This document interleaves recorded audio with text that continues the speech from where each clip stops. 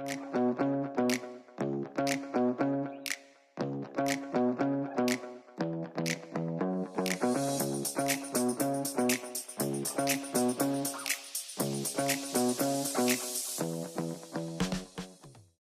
to be seen somewhat differently, if I can say, Mm.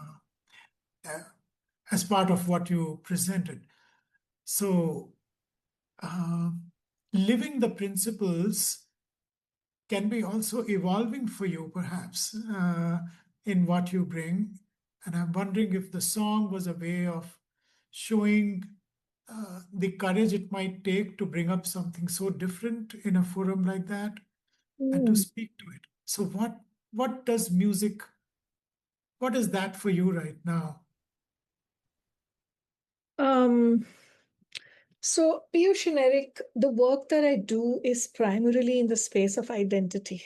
Yeah, because even as a psychotherapist, I'm working with identity. Yeah, and supporting a shift in how one views oneself and how one comes across.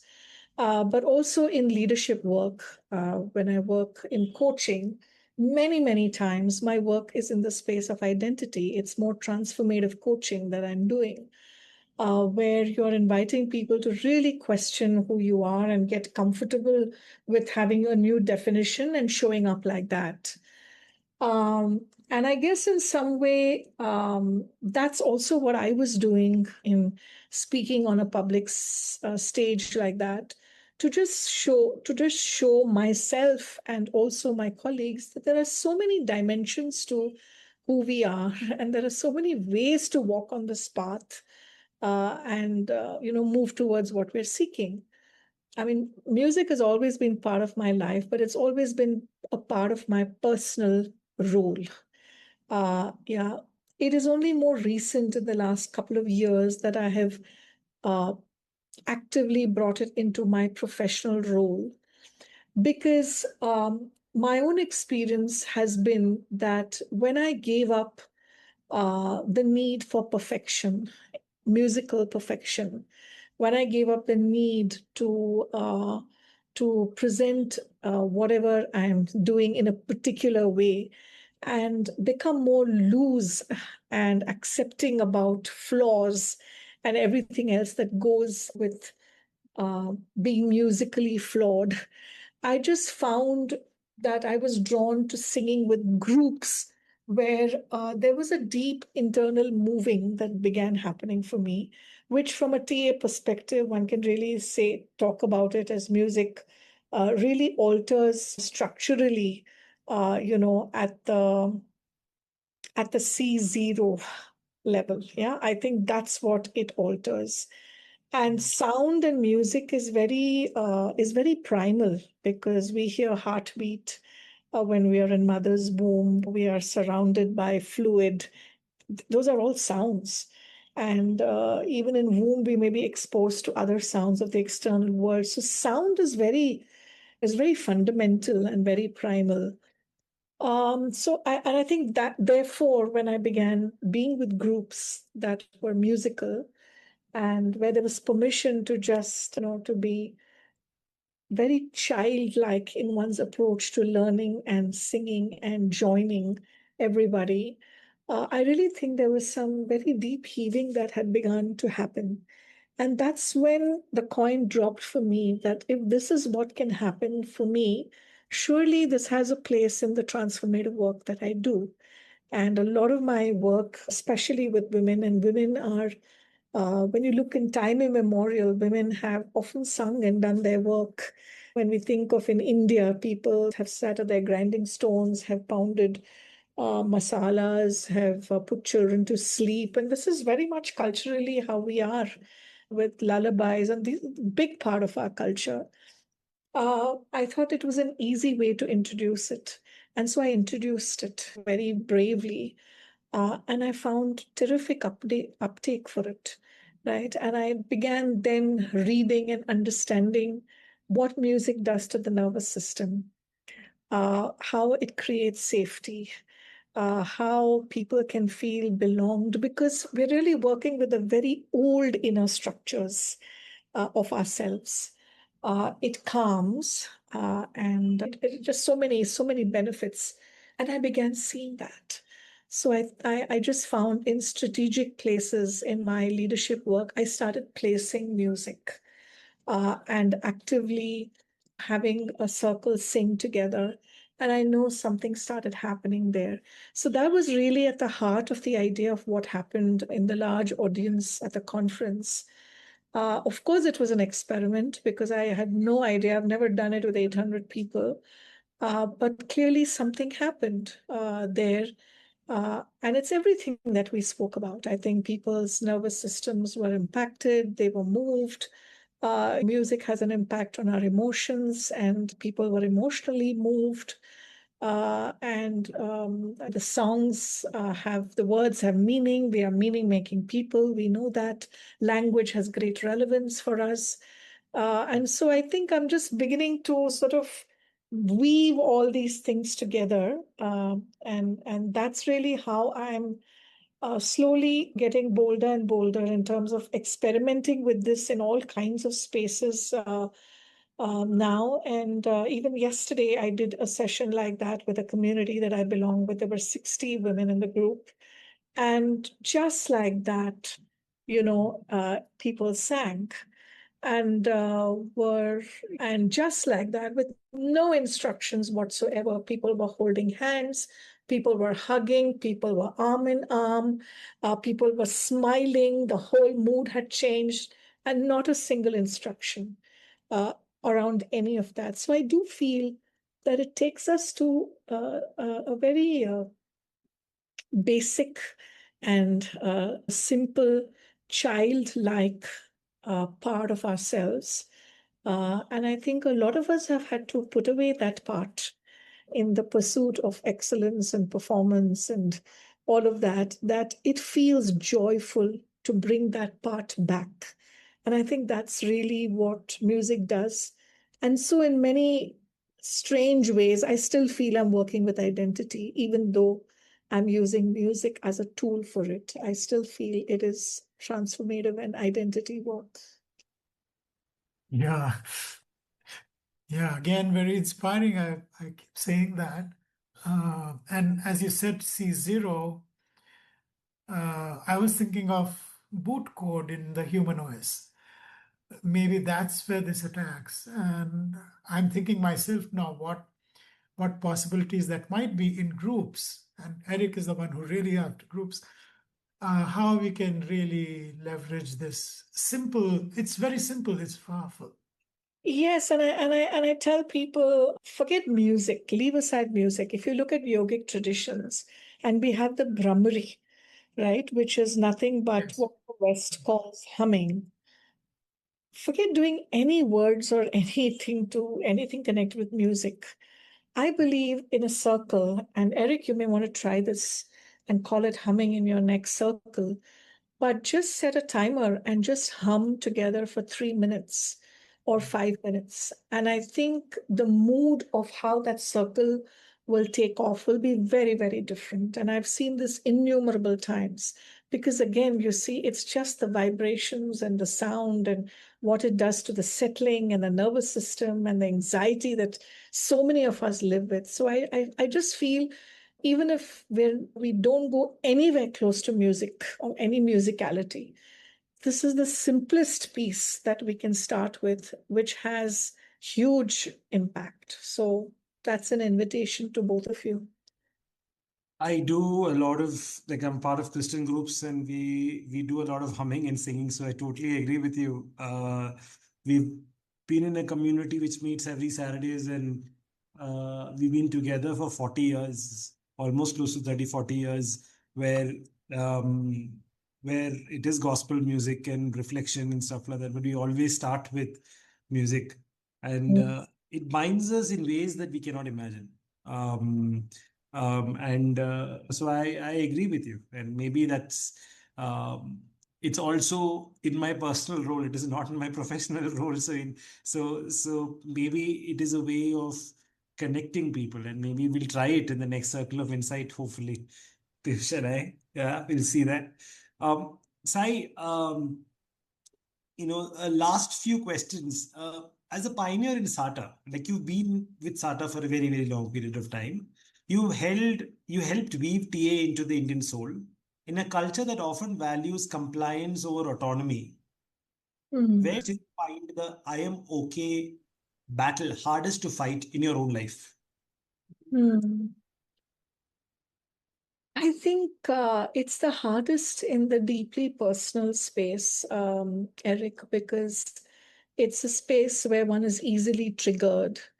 It's a space that will always hold us unconditionally, so we think, and therefore we can act out from the other spaces. So I think practicing the "I'm okay, you're okay" has been the hardest, and I really think I have taken quite a few knocks in that area.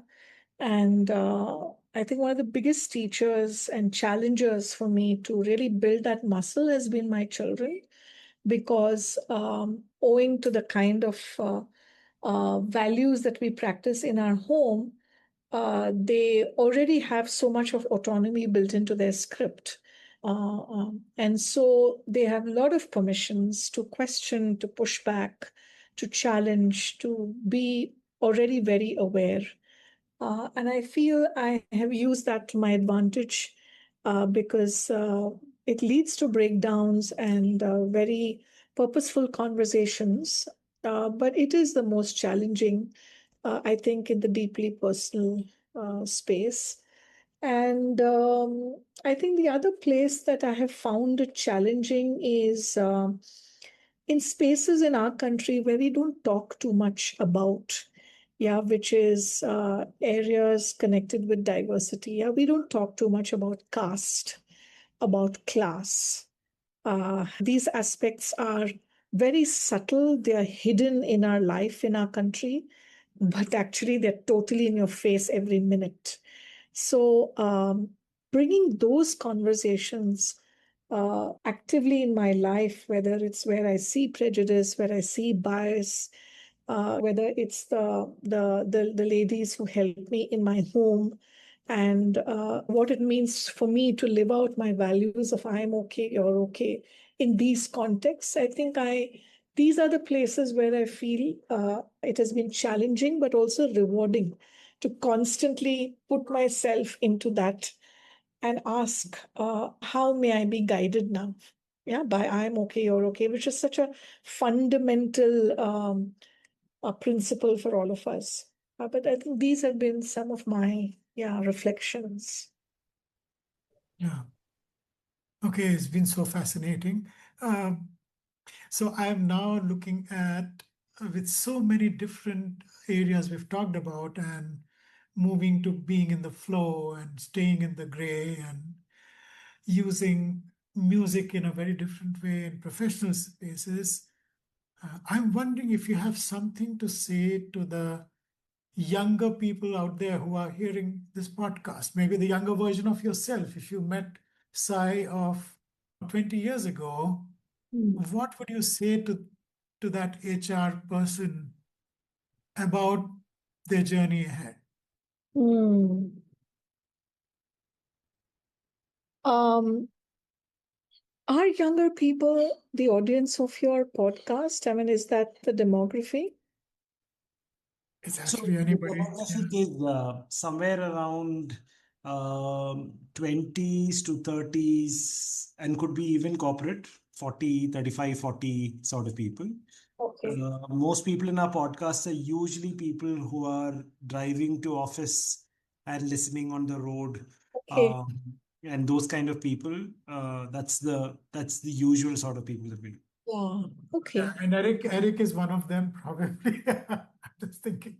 Yeah, I think what I would say is both to my own younger self and also to another younger person would be to adopt a growth mindset. Yeah, I think learning to learn is the most superior skill today, because I do feel younger people are going to have multiple careers in their lifetime, not one career. So if you learn how to learn, then you can keep throwing yourself boldly into spaces where you don't know and know that you will figure out, you will survive, you will float, you will thrive, right? So I think being uh, open to learning, constantly investing in oneself, invest in your emotional journey as much as in your head and mind journey of learning. I think building, what I would say to people is building your internal software in a way that there are very few bugs in it. Yeah, and that you can test it any amount and that it will stay in its integrity. I think such a program is one of the biggest gifts that you can give yourself. And in a way, I believe it is a far superior skill than cognitive learning.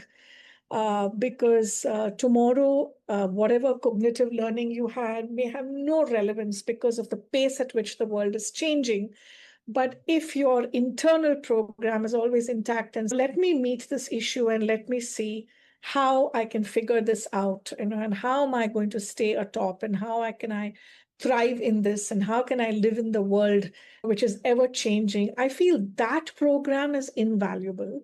And I don't think that's always the program of cognition. Yeah, I think it's an internal program. It's really about our physis and our valuing our potential and feeding that. Yeah, so I would say expose yourself to all kinds of internal learning that will allow you to build this robust internal program for yourself. So the kind I had a request, and because we talked about music and singing and things like that. Yeah. Um, is there any words of a song that comes to your mind as we speak right now? Mm. Actually, there are two songs, Hmm. not one, which are very powerful for me, both when I think of us as a TA community, but even when I think of ourselves as the world. Even when I think of leaders and everything that we're attempting to do, because there is the corporate leader, and there are so many other leaders who are leading some phenomenal and doing some phenomenal work in the world. And the first one says,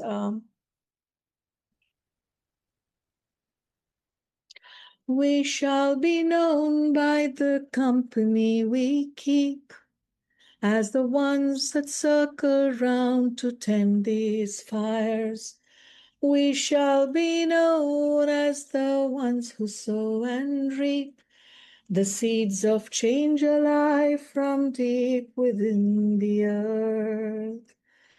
It is time now. It is time now that we thrive. It is time to lead ourselves into the well. It is time now, and what a time to be alive. In this great turning, we shall learn to lead in love. In this great turning, we shall learn to lead in love. So, this is one which really talks about the courage to go into that well of creative thinking and to learn to churn, because we just have to learn to lead differently. We can't be leading just with push energy. Yeah. And the other song that really I love and comes to my mind is what I sang yesterday with this group, and I hope at some time the three of us will get to sing it in our TA community together. If ever there was a time to sing together, now is the time. Now is the time. Come and sing with me, sing in harmony. Healing spirit, come to us. Help us find our way to each other. So I think there's a growing need to really find our way to each other, because whatever we're going to do, we better be doing it with each other, not just by ourselves.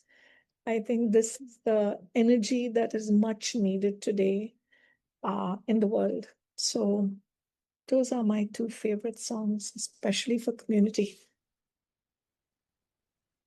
Thank you so much, Sai. What a moving words. Yes, we can do it. We have a, I think, a group thing coming up end of June. Perhaps we can target that for this, Such a Sai. great idea.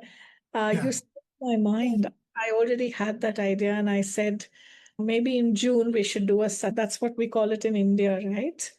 And maybe our day should start with this, and maybe our day should even end with this, and it will really allow us to create from a different space what we need for our community. absolutely. You have two allies here, and maybe there'll be more. Lovely. And Eric, so good to know that you are a choir singer. Lovely. So Sai showed us today that vulnerability isn't a bug in the system. It can coexist with courage, and it's actually they are the features that make the system work. Absolutely. It's the ultimate step up, moving from managing systems to mastering yourself. When you understand the origin of your own behavior, you stop being a passenger and start becoming the architect. A huge thank you to you, Sai, for being so incredibly real with us today. And thank you for listening. If you're ready to upgrade your own human OS, visit our sponsor, Human OS Growth by Design. Until next time, keep seeking the origins, keep finding your spine, and remember the okay air.